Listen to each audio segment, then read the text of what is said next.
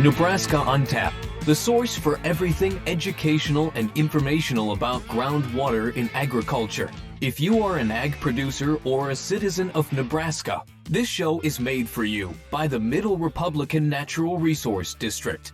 Now it's time for our weekly show, hosted by Heather Disming.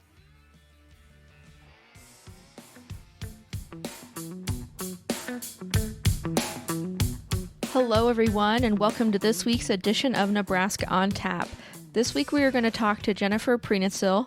She is the Ag Program Manager for the Nebraska Game and Parks, and she's going to talk to us a little bit about our favorite prairie bird, the pheasants. Pheasants in Nebraska currently have a statewide distribution, but can be found in highest abundance on open landscapes that include ample grass cover and strong presence of small grain crops. And some of the best hunting opportunities are typically found here in southwest Nebraska and in portions of the Panhandle. So Jenny is going to talk to us a little bit about how these programs that she has put together can benefit the nesting and the food habitat for the pheasants. So stay tuned as we get into that. You don't want to miss it.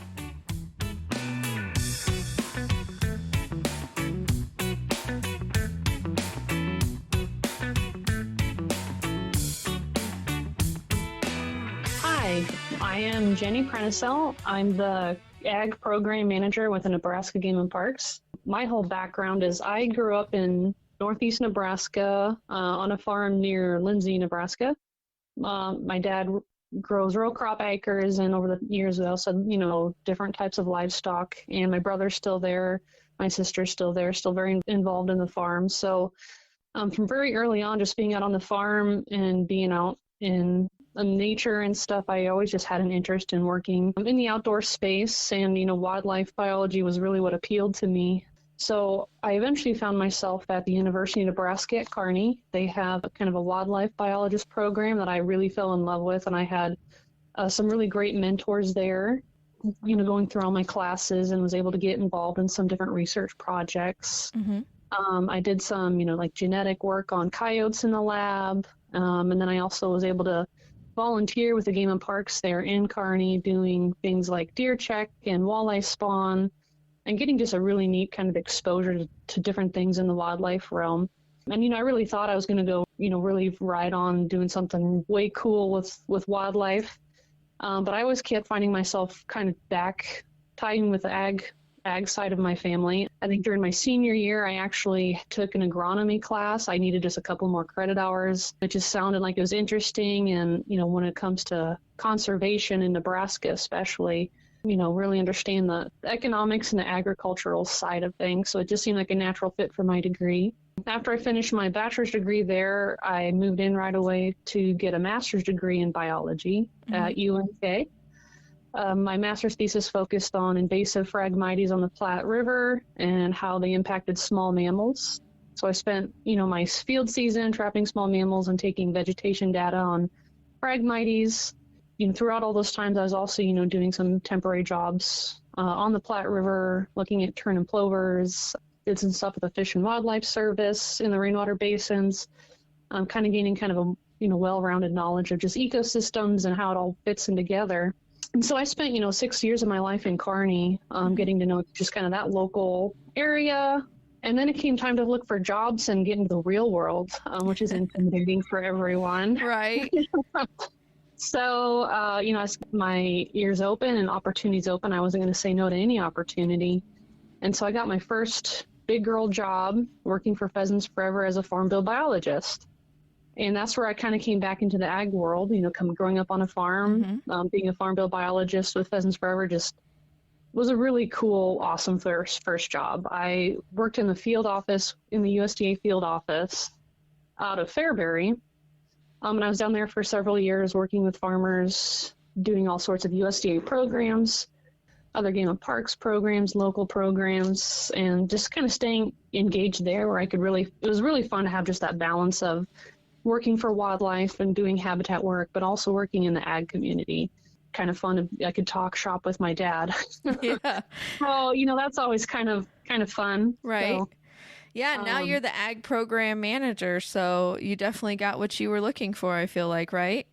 Oh, absolutely. Yeah. When this position came open, I jumped on it, and I really enjoyed it ever since. I love being in it. I do got my cool wildlife job. Yeah, no, you totally do. And I mean, it's great to hear all the passion that you have behind it. I'm glad you got to go down there and experience it. So, are you there in that area now still? No, I'm not. I currently reside in Lincoln.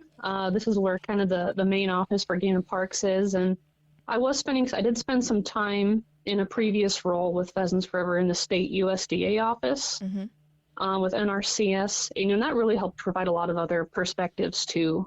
Getting to see, I've got the field experience being in the field, down in the dirt with the farmers in the field office, and then just getting a new perspective on the state level stuff and just how involved it is to get those programs out to the local offices to get to the farmers. I wanted to bring you on to talk to the cropland cover for soil health and wildlife that you guys are doing right now with Pheasants Forever. Why are these cover crop programs important? So I'm going to go ahead and back up, just to kind of help provide some context. So Game and Parks, we have an agreement with USDA. It's the RCPP program. And what it does is it allows partner organizations like Game and Parks or Pheasants Forever, or there's other RCPP agreements involving NRDs all over the state, all over the country. And basically what it does is it brings USDA dollars to a partner organization who then can kind of have their own focus on a project and their own focus area that can help kind of determine some of the eligibility and ranking requirements, focus on a local need. So that's kind of where this RCPP cover crop and soil health for wildlife kind of was born. So since 2015, Game and Parks has held this kind of agreement partnership program, has been available to several counties in southwest Nebraska.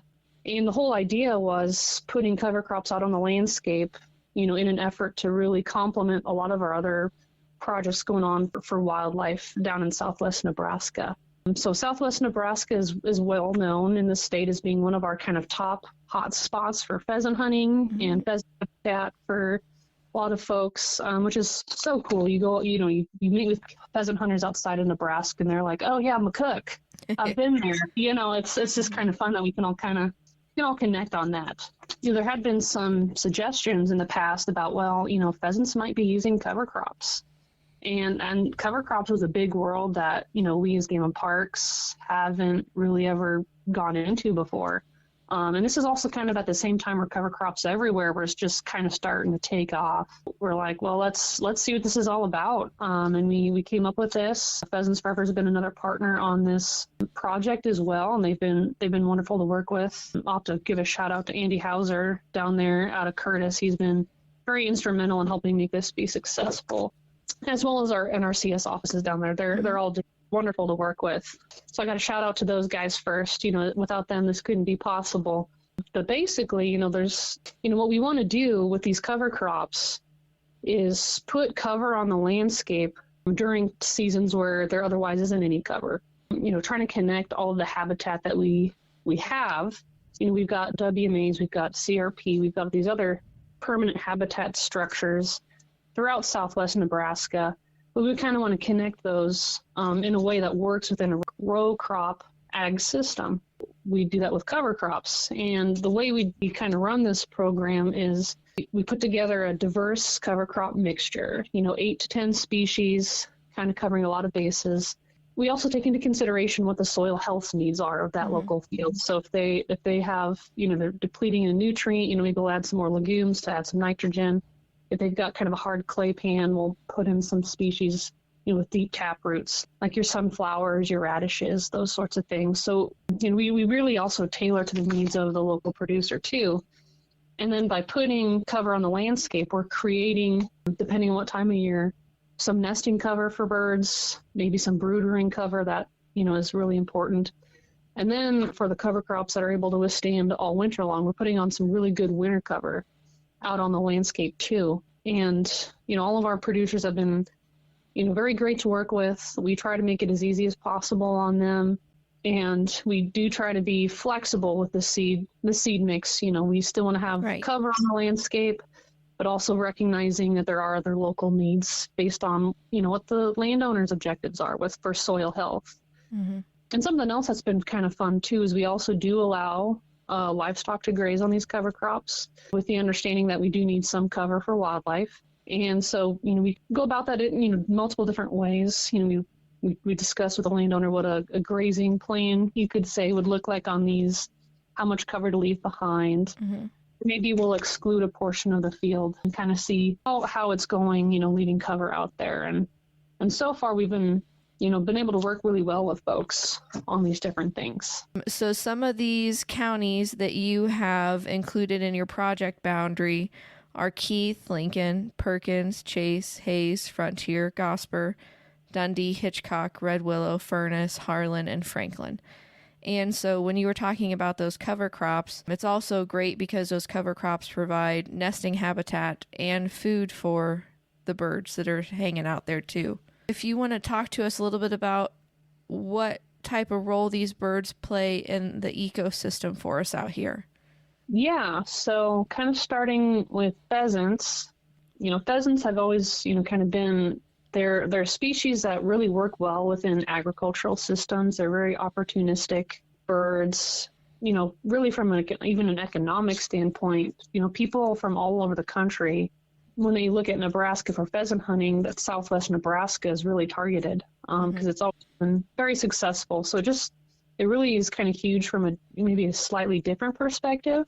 But then there's other species that do creep into the area, like quail. We're kind of on the western edge there, but we do get quail there. And just having quail in the landscape, if they're doing well, that's just an indicator that the ecosystem's still intact enough that quail can thrive. And there's, other resources available like insects in order for any of these little bird species to persist. They eat insects when they're chicks.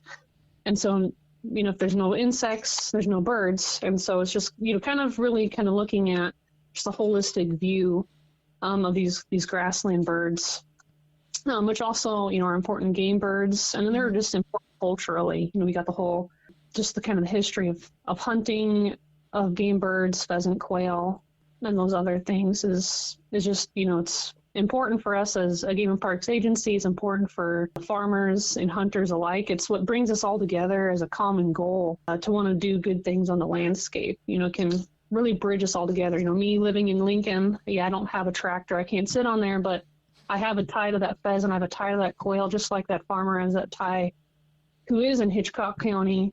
And then it's also a tie to this guy out of Kansas coming up to hunt the pheasants and quail. Right. It's just really this really cool way to really bring us all together for a common goal. And then, so I'm reading here that you guys started your program in 2015, and then 2025 will be the last year to sign up under this agreement.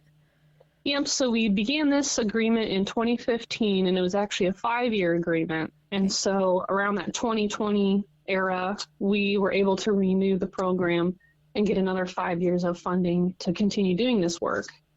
And so we're starting to get on the tail end of this agreement, this 5-year agreement. And so right now we are just getting to the point where we're approving the applications for this year, 2024, but we will have a sign up again this fall for anyone that wants to take advantage of the program in 2025. Looking into the future, we'll have to have discussions on our ability to renew and continue it going. But yeah, it's, just the fact that we have been able to renew it and get engagement. I think it just kind of shows that people like to do this kind of stuff. And how do they find out more information? Through their NRCS, or would you like them to contact you? The biggest way I think was contact your local NRCS office. We do try to be very similar to the NRCS local program, so they'll know how to help you get your application filled out. And then, maybe you already have a relationship with them. You just continue to build off of that. And then, our local Pheasants Forever staff will also get involved and have conversations. So I would start with the local NRCS office, because too, if this isn't the program for you, NRCS has a lot of other cover crop programs to look at too, if you have some, slightly different objectives. Just so everybody knows, the NRDs and Pheasants Forever offer drill rental. The Strobel grass drill, you can contact your local NRD or NRCS for availability and pricing. And you get a little bit of a discount if you rent the Pheasants Forever one and you are a Pheasants Forever member. So perfect. And then anything else you'd like to add that we didn't cover, Jennifer? So there's kind of two ways we can work with the cover crops within the row crop system. One option is what most people like to do is planting the cover crop after a wheat harvest. Mm-hmm. And we get enough growth typically kind of post wheat harvest, make enough cover to provide some winter cover and sometimes even some grazing in the fall, depending on the moisture and kind of the luck of the draw there. And then the other option is there's a few folks who do choose to go in after a corn harvest and will plant like the next spring, May, June timeframe. And instead of just a full fallow year, it would be a full season cover crop. And again, we would want to keep that cover on the landscape until the next, following March. And everything we've planted in either type of mix is frost killed, so that when guys go in the next spring, they're not really worried about having to terminate it. They can kind of disc it and be ready to go for the following year's crop. So, we've really tried to make this as simple as possible where they can continue their crop rotation almost flawlessly going into the next season. Yeah, that's honestly great information to know, just so everybody knows that they don't have to kill it. Mm-hmm. So perfect. Well, thank you so much for your time today. I really appreciate everything that you had to say, and I look forward to talking to you again. Absolutely. And, maybe if I come out west sometime, I'll stop by. Yeah, for sure.